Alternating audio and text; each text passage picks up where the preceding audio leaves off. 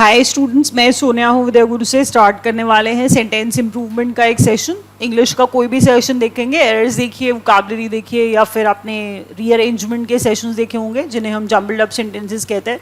बच्चों ये मत सोचिए कि वो सिर्फ एसएससी या बैंक के एग्जाम के पॉइंट ऑफ व्यू से इंपॉर्टेंट है। जिस भी एग्जाम में, कॉम्पिटिटिव एग्जाम में इंग्लिश आती है उसके अंदर ये वाले वीडियोस इंपॉर्टेंट हैं, आपके लिए काम आएंगे ही आएंगे। बिकॉज इंग्लिश का जो सेक्शन है वो ऑलमोस्ट सिमिलर रहता है, पैटर्न जनरली सेम रहता है। तो अभी स्टार्ट कर रहे हैं। वीडियो अच्छा लगेगा लाइक करिएगा, शेयर करिए, सब्सक्राइब ज़रूर करिए, ताकि जो भी नया वीडियो हम लोग डालेंगे सिर्फ सब्सक्राइब स्टूडेंट्स के पास नोटिफिकेशन आता है कि नया वीडियो डला है, आप वो वीडियो देख पाएंगे। स्टार्ट करते हैं फटाफट से। क्या होता है सेंटेंस इंप्रूवमेंट, जल्दी से स्टार्ट करेंगे। वैसे आप लोग पढ़ते होंगे, कोई बहुत नई चीज़ नहीं है, लेकिन क्वेश्चंस शायद नए हों आपके लिए। चलिए देखते हैं।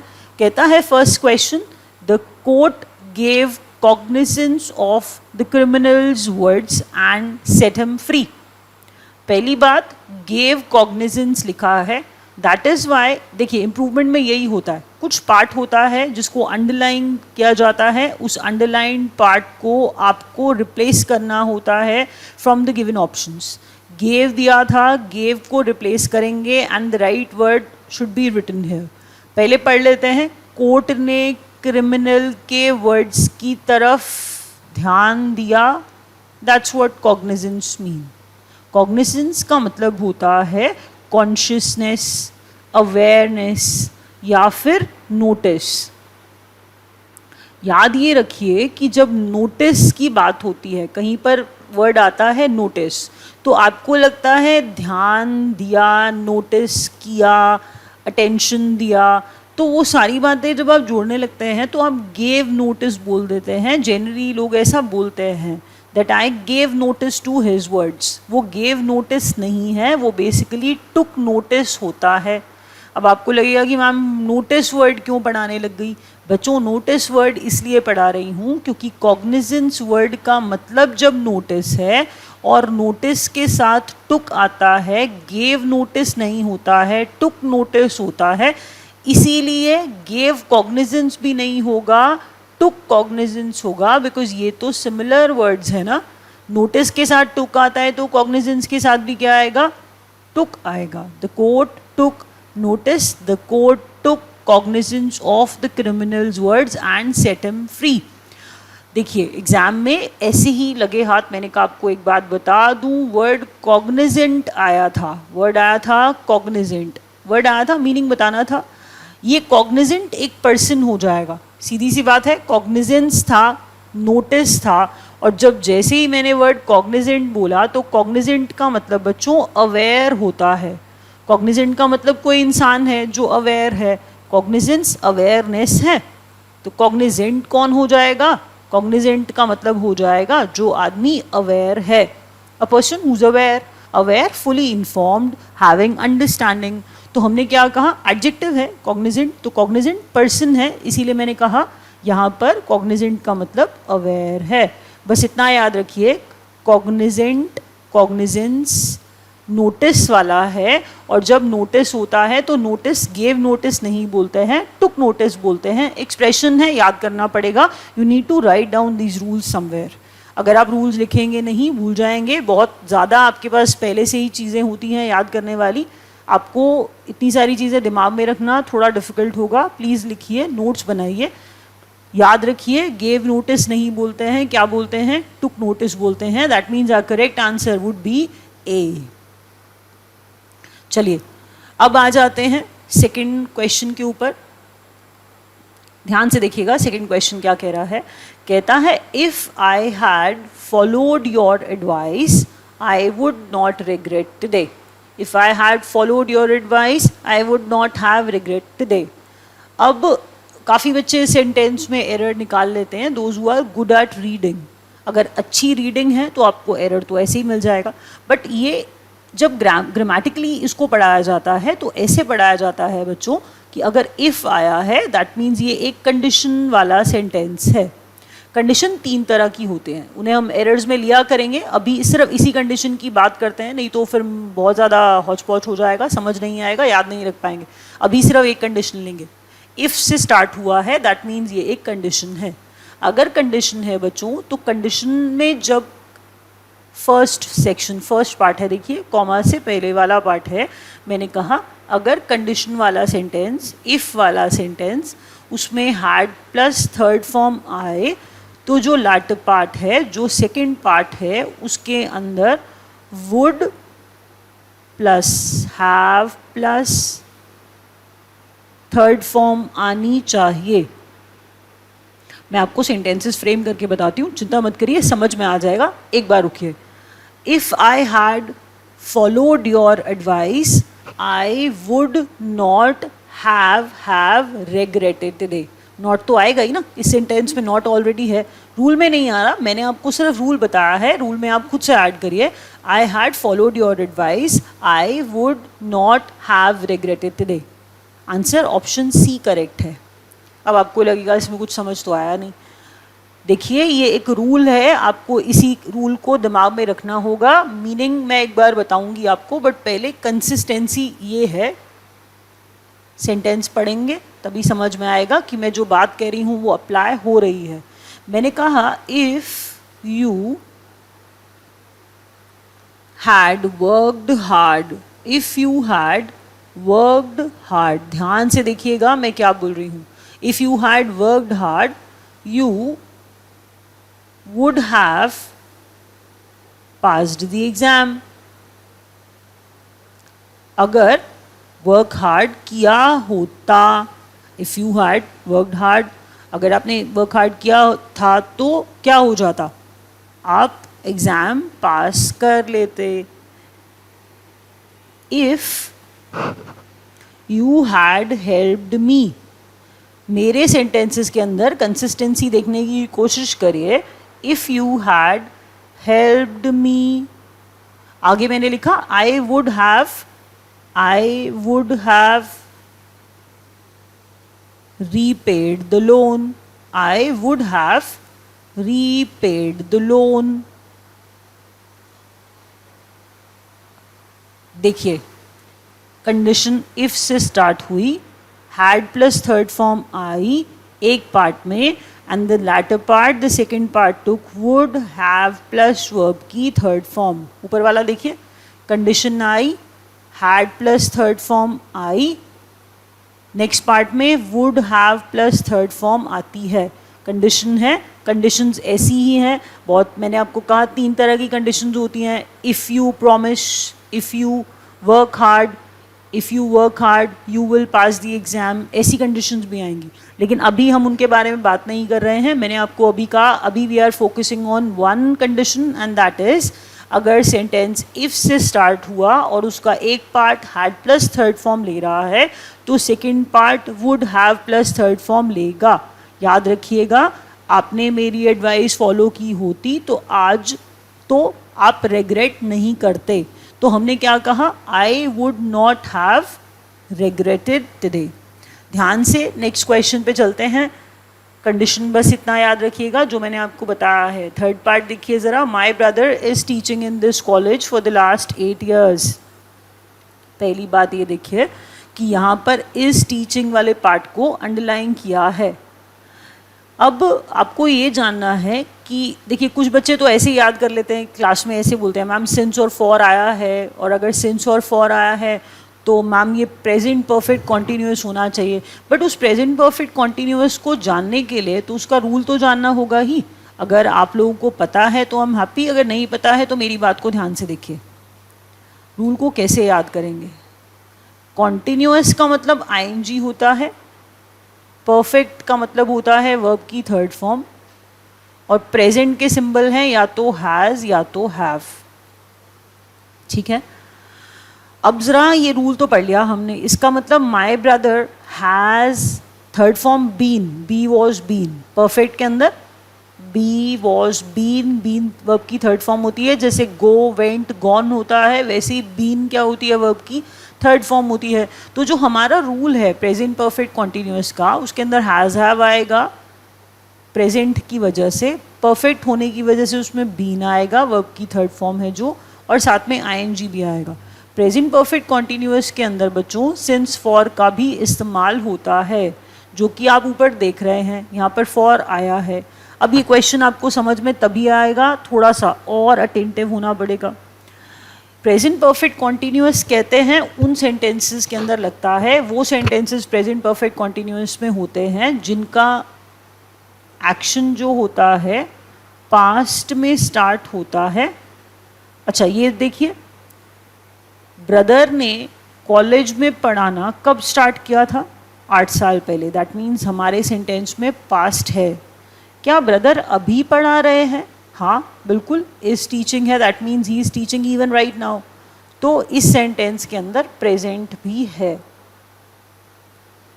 क्या ऐसा है कि मेरे बोलते ही वो कॉलेज की जॉब छोड़ देंगे, ऐसा कहीं लिखा है? नहीं, that means he won't stop teaching, आगे भी पढ़ाते रहेंगे। फ्यूचर एज्यूम किया हमने, फ्यूचर एज्यूम किया कि हाँ वो आगे भी पढ़ाते रहेंगे, बिकॉज यहाँ पर रुकने का तो कोई सिंबल है नहीं।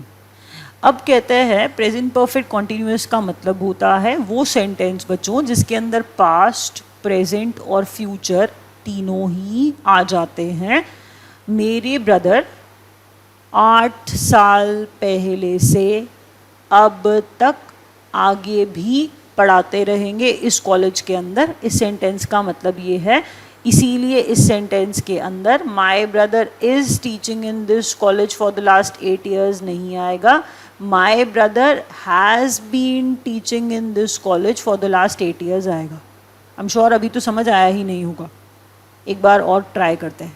देखिए, किसी ने कहा I am learning English, I am learning English for the last 10 years, I am learning English for the last 10 years। ज़रा ये सोचिए, जब कोई बोल रहा है आई एम लर्निंग इंग्लिश, तब तक यहाँ तक ठीक था, बट जैसे ही उसने कहा फॉर द लास्ट 10 years, तो सोचिए 10 साल पहले इंग्लिश सीखना स्टार्ट किया था, आई एम लर्निंग, अभी भी इंग्लिश सीख रहे हैं। अब देखिए, सीखना तो चलता ही रहेगा, ऐसा नहीं है कि लर्निंग कहीं पर ख़त्म हो जाएगी, लर्निंग चलती ही रहती है। दैट मीन्स 10 साल पहले इंग्लिश सीखना स्टार्ट किया था, past tense. I am learning show कर रहा था कि अभी भी इंग्लिश सीख रहे हैं, प्रेजेंट टेंस। आगे भी लर्निंग चलती रहेगी, इसका मतलब फ्यूचर टेंस। तो मैंने कहा पास्ट, प्रेजेंट और फ्यूचर जब कंबाइन हो जाते हैं तो बनता है I have been learning English for the last 10 years। किसी ने कहा I am living in Delhi for the last 29 years। Same mistake, I am learning in Delhi, I am living in Delhi for the last 29 years। तो I am living in Delhi for the last 29 years नहीं, 29 years past tense, past का symbol. I am living is the symbol of present. अब सीधी बात है, मैं कोई छोड़ के दिल्ली तो नहीं जाने वाली हूँ, तो इसका मतलब फ्यूचर भी है, फ्यूचर एज्यूम किया है मैंने कहा I have been living in Delhi for the last 29 years, मतलब 29 years से हम अब तक दिल्ली में रह रहे हैं। That's what this sentence says. अब बच्चे क्या करते हैं, बच्चे थोड़ा गैस लगाते हैं, कहते हैं कि मैम सिंस फॉर जब आता है, यहाँ पर प्रेजेंट टेंस दिया होता है, तो इसका मतलब वो प्रेजेंट परफेक्ट कॉन्टीन्यूअस होता है। हाँ बिल्कुल, ऐसा भी आप कर सकते हैं। मैंने कहा प्रेजेंट परफेक्ट कॉन्टीन्यूअस जब लगाया जाता है तो ये देखा जाता है कि सिंस फॉर है, उसके साथ कोई टाइम लगाया होगा तो वो, और प्रेजेंट टेंस भी दिया हुआ है। देखिए, is teaching shows you the present tense, और अगर प्रेजेंट टेंस भी दिया है, सिंस फॉर लगा है, तो वो ज़्यादातर प्रेजेंट परफेक्ट कॉन्टीन्यूअस का सेंटेंस बन जाता है। तो बच्चे चेंज ऐसे ही करते हैं। अब किसी ने कहा the farmer is irrigating his field since morning. The farmer is irrigating सिंचाई करना, पानी देना। तो मैंने कहा the farmer is irrigating his fields, यहाँ तक तो ठीक है, लेकिन जैसे ही बोला सिंस मॉर्निंग, दैट मीन्स काम स्टार्ट हुआ था पहले, तो मॉर्निंग से अब तक आगे भी काम चल रहा है। मॉर्निंग में स्टार्ट हुआ था, इसका मतलब पास्ट में स्टार्ट हुआ था, अभी भी काम चल रहा है, मॉर्निंग से अब तक काम चल रहा है। रुकने की कोई बात इस सेंटेंस में नहीं की गई है, इसीलिए हम एज्यूम कर रहे हैं कि उसका फ्यूचर साथ में है। सेंटेंस बनेगा the farmer has been irrigating his field since morning. बच्चों को ये लगता है कि मैम फ्यूचर क्यों बोलती हैं साथ में, ये देखिए थोड़ा सा सोच के, जब तक काम रुकने की बात सेंटेंस में नहीं की जाएगी तब तक आपको फ्यूचर एज्यूम करके चलना पड़ेगा। सपोज किसी ने कहा दे आर ड्रिलिंग, सेंटेंस ठीक है, कोई प्रॉब्लम नहीं है, बट किसी ने कहा they are drilling for 2 years, they are drilling for 2 years, थोड़ा दिमाग लगाइए, वहाँ पर they are drilling for 2 years नहीं है, they have been drilling for 2 years है। कैसे? मेरी इस बात से शायद थोड़ा मैं प्रूव कर पाऊंगी कि फ्यूचर है या नहीं। सोचिए, किसी ने कहा they are drilling for 2 years, ध्यान से सोचिएगा, they are drilling, drilling drill करना, खुदाई करना, they are drilling for 2 years। तो ये सोचिए कि जब हमने आर ड्रिलिंग लिखा था, 2 years लिखा था, तो फॉर 2 years सिंबल था पास्ट टेंस का, 2 साल पहले खुदाई करना स्टार्ट किया था, तो 2 साल पहले खुदाई करना स्टार्ट किया था, दैट मीन्स पास्ट आ गया। आर ड्रिलिंग सिंबल था किस चीज़ का? प्रेजेंट का। ज़रा सोचिए, हम आज खाली बैठे थे, चलो ड्रिलिंग स्टार्ट करते हैं, ऐसा नहीं होता है, दैट्स नॉट पॉसिबल। अगर हम ड्रिलिंग कर रहे हैं, इसका मतलब हम कुछ ढूंढ रहे होंगे ना, और ड्रिलिंग कब तक चलेगी? कब तक चलेगी? जब तक जो चीज़ ढूंढ रहे हैं वो मिल नहीं जाती है, तब तक तो ड्रिलिंग चलती ही रहेगी। तो क्या इस सेंटेंस में मैंने ये बताया है वो चीज़ मिल गई है? नो, वो चीज़ अभी नहीं मिली है, that means drilling is still on. मैंने कहा 2 साल पहले ड्रिलिंग स्टार्ट की थी, पास्ट टेंस, अभी ड्रिलिंग चल रही है, प्रेजेंट टेंस, ड्रिलिंग आगे भी चलेगी। किसी चीज़ को ढूंढने के लिए ड्रिलिंग कर रहे होंगे ना, तो सोचिए कि फ्यूचर तो एसोसिएटेड है, काम आगे चलने की पॉसिबिलिटी है, मेरे बोलने पे काम रुक नहीं जाएगा। ड्रिलिंग चल रही है, ड्रिलिंग चल रही है, अभी आगे चलेगी। कब तक चलेगी? जब तक हम जो चीज़ ढूंढ रहे हैं, जिसके लिए हमने ड्रिलिंग स्टार्ट की थी, वो मिल नहीं जाती, तब तक ड्रिलिंग चलती रहेगी। तो मैंने कहा they are drilling for 2 years नहीं, they have been drilling for 2 years, they have been drilling for 2 years। 2 साल से अब तक क्या कर रहे हैं? ड्रिलिंग कर रहे हैं। तो याद ये रखिए, थोड़ा सा मैंने इसमें टाइम ज़्यादा लगाया है, मुझे पता है, बट ये चीज़ समझानी ज़रूरी है, बच्चों को थोड़ा सा कम समझ में आता है इसके अंदर, इसीलिए मैंने कोशिश की, शायद आपको आया होगा समझ में।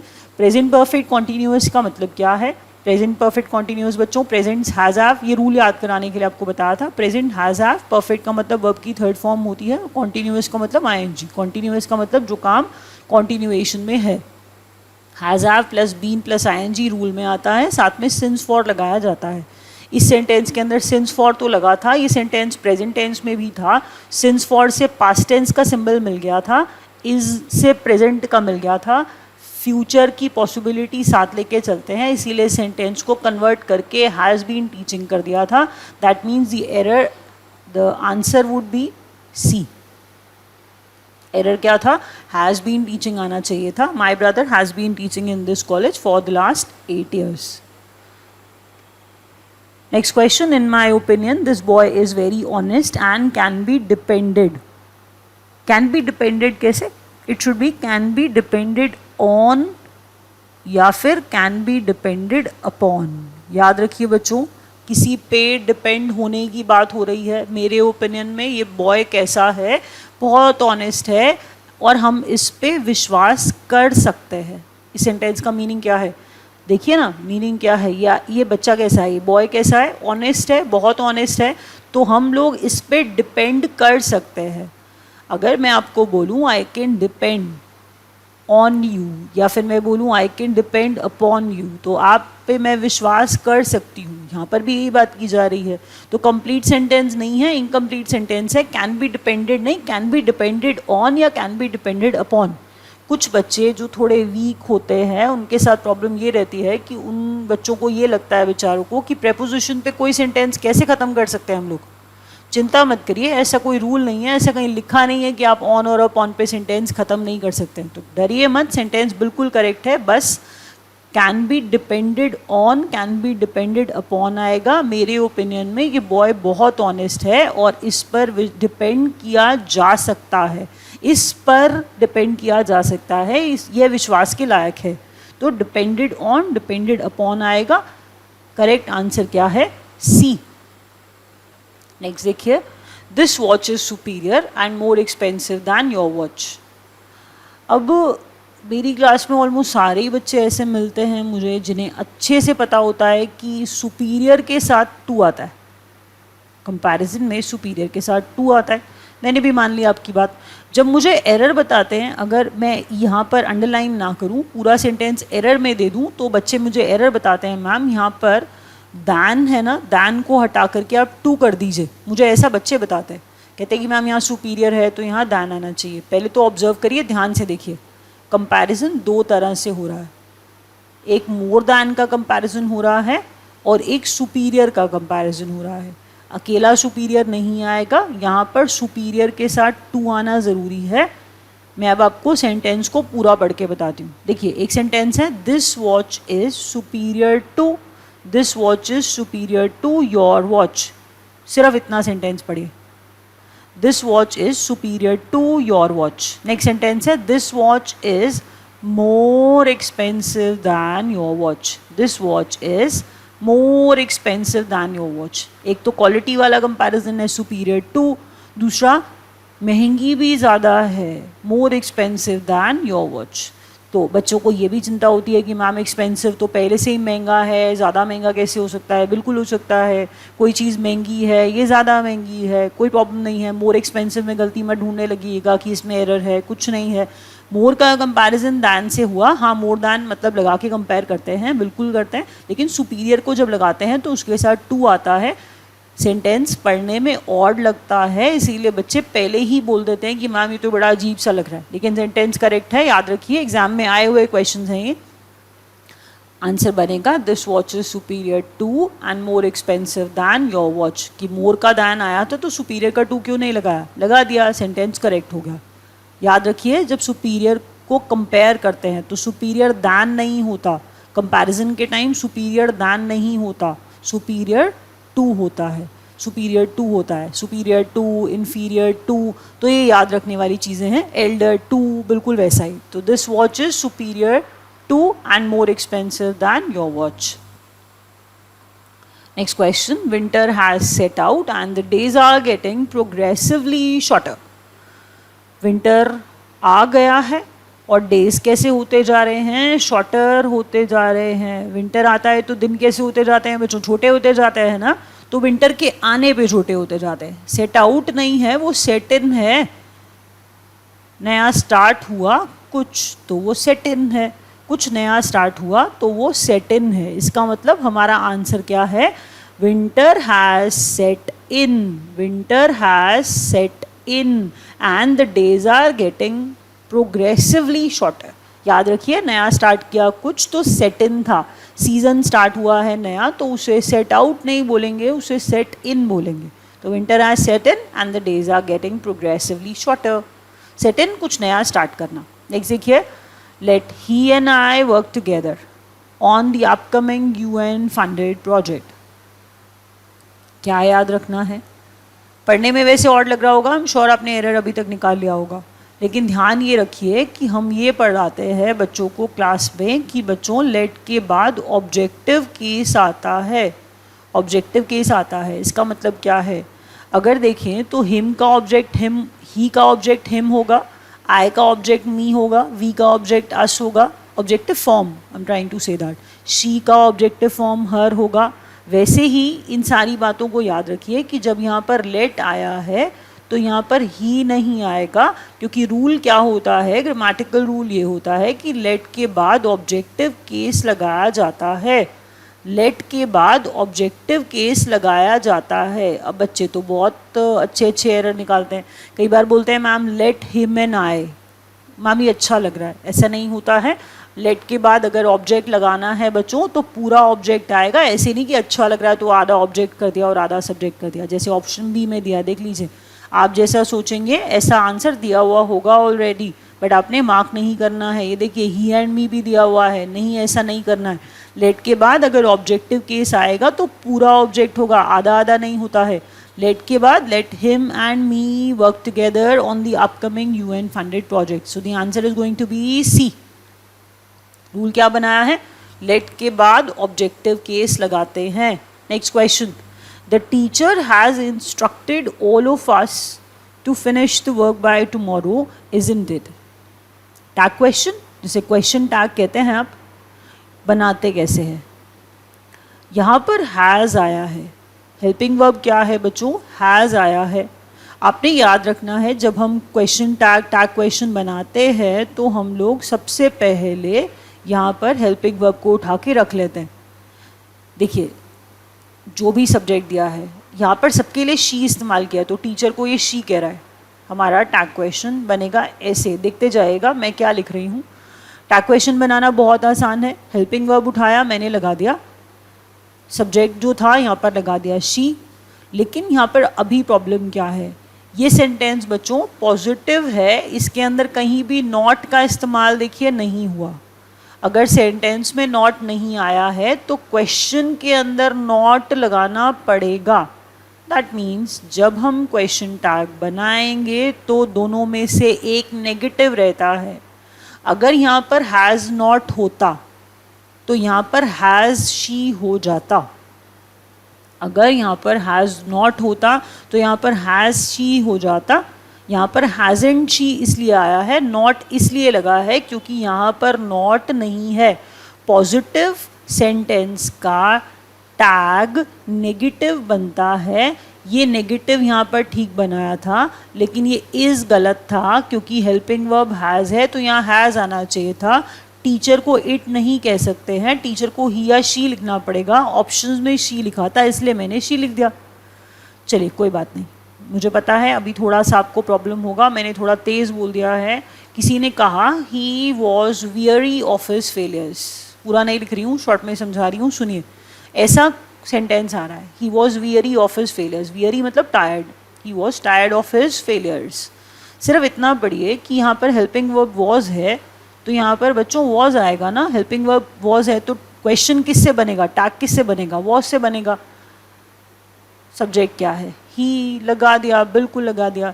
लेकिन ये देखिए कि यहाँ पर ये वाला जो स्टेटमेंट है वो पॉजिटिव है, तो जो टैग बनेगा वो नेगेटिव बनेगा। ये पॉजिटिव है, देखिए इसके अंदर नॉट नहीं आया, इसका मतलब टैग कैसा बनेगा बच्चों, नेगेटिव बनेगा। तो वॉजंट ही इसका टैग क्वेश्चन बनेगा। अगर मैं यहाँ पर नॉट लगा देती तो यहाँ से नॉट क्या करना पड़ेगा, हटाना पड़ेगा। दैट मीन्स दोनों में से एक नेगेटिव होता है ना, दोनों में से एक नेगेटिव होता है। ये पॉजिटिव, ये नेगेटिव।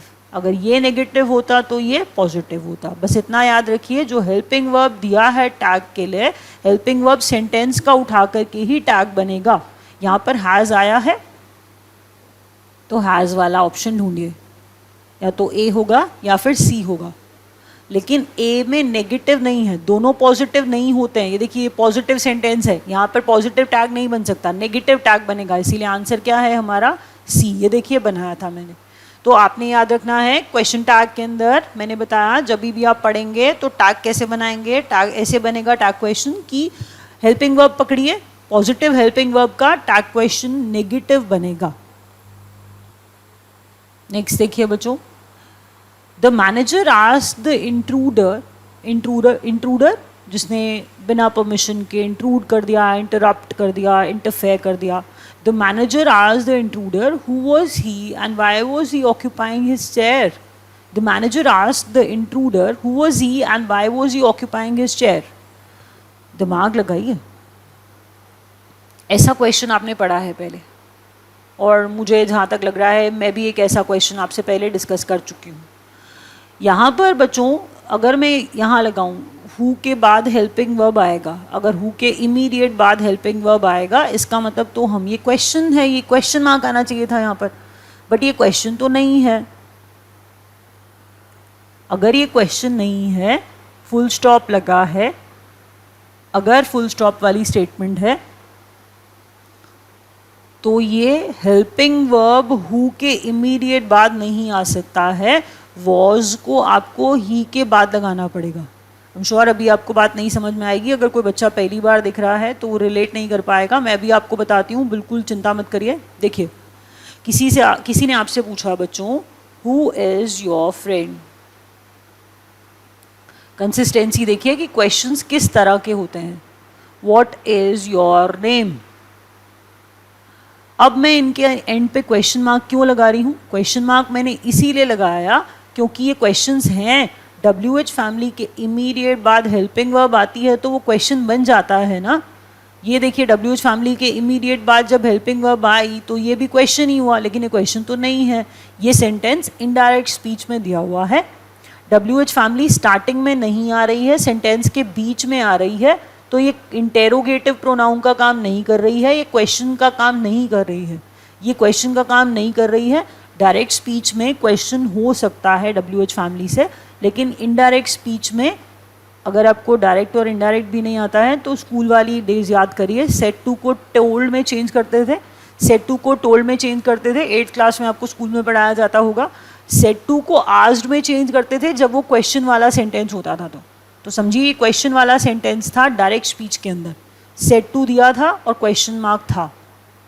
लेकिन जब आपने डायरेक्ट से इनडायरेक्ट स्पीच में आना था तो इनडायरेक्ट स्पीच में सेट टू को आस्क्ड कर दिया, लेकिन क्वेश्चन वाले सेंटेंस को इंटेरोगेटिव स्टेटमेंट को एक नॉर्मल फुल स्टॉप वाले सेंटेंस में चेंज कर दिया जाता है।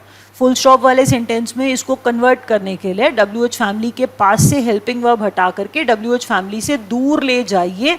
हु वॉज ही नहीं, हु ही वॉज हो जाएगा, और वाई वॉज ही नहीं, Y he was occupying his chair हो जाएगा।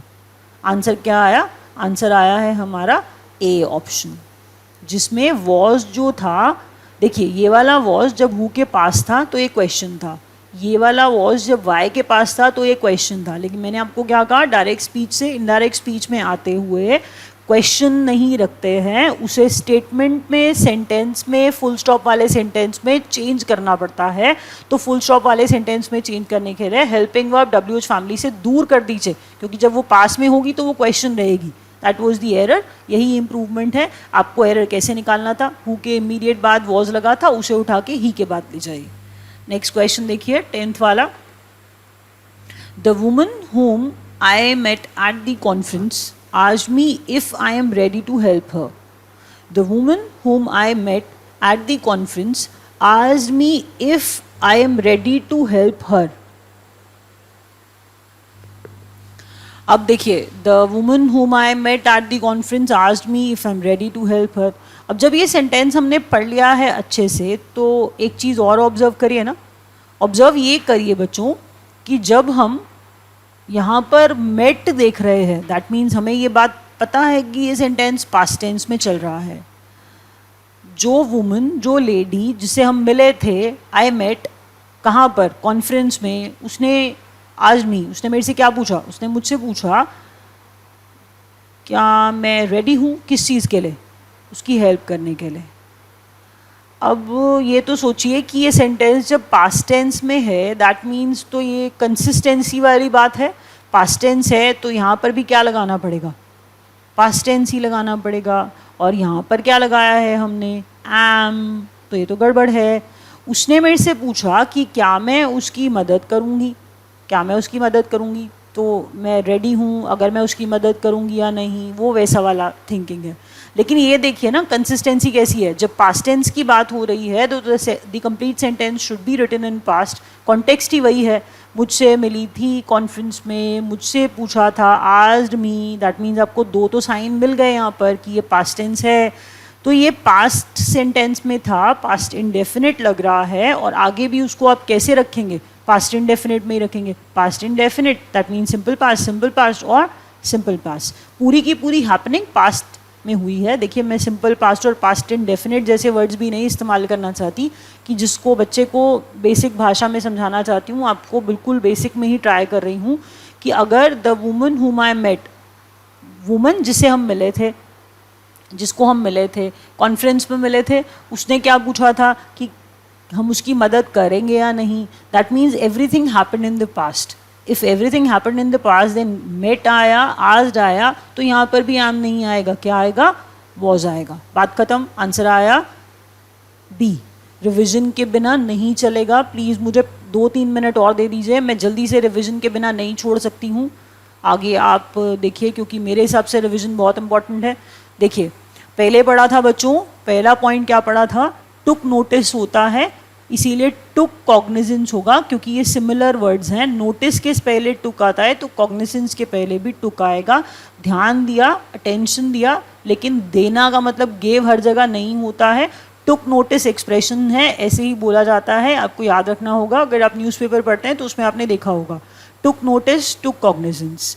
नेक्स्ट मैंने ये बताया था, एक कंडीशन होती है जिसमें कंडीशन इफ से स्टार्ट हुई तो हैड प्लस वर्ब की थर्ड फॉर्म, नेक्स्ट वाला part would have plus third form लेता है।